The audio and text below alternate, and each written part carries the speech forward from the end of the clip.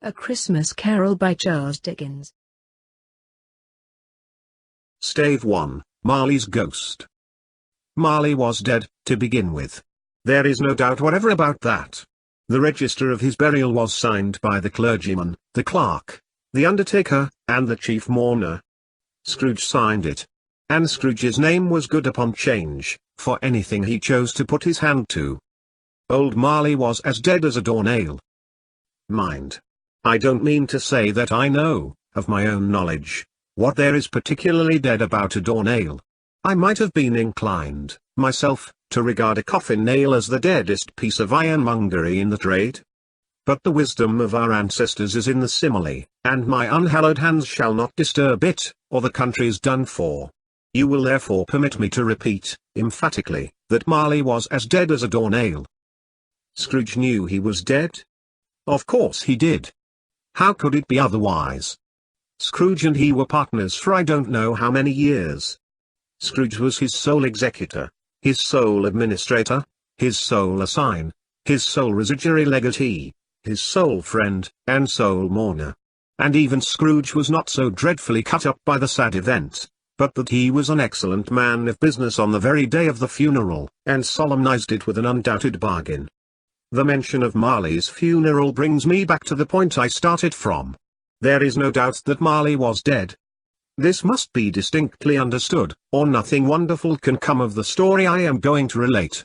If we were not perfectly convinced that Hamlet's father died before the play began, there would be nothing more remarkable in his taking a stroll at night, in an easterly wind, upon his own ramparts, than there would be in any other middle-aged gentleman rashly turning out after dark in a breezy spot, say St. Paul's churchyard for instance, literally to astonish his son's weak mind. Scrooge never painted out old Marley's name. There it stood, years afterwards, above the warehouse door, Scrooge and Marley.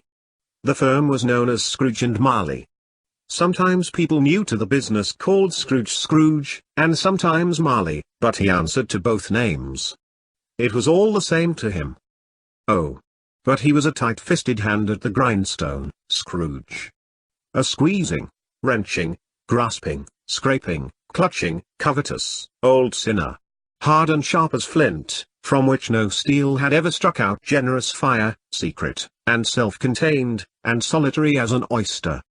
The cold within him froze his old features, nipped his pointed nose, shriveled his cheek, stiffened his gait, made his eyes red, his thin lips blue, and spoke out shrewdly in his grating voice. A frosty rime was on his head, and on his eyebrows, and his wiry chin. He carried his own low temperature always about with him, he iced his office in the dog days, and didn't thaw it 1 degree at Christmas. External heat and cold had little influence on Scrooge. No warmth could warm, no wintry weather chill him.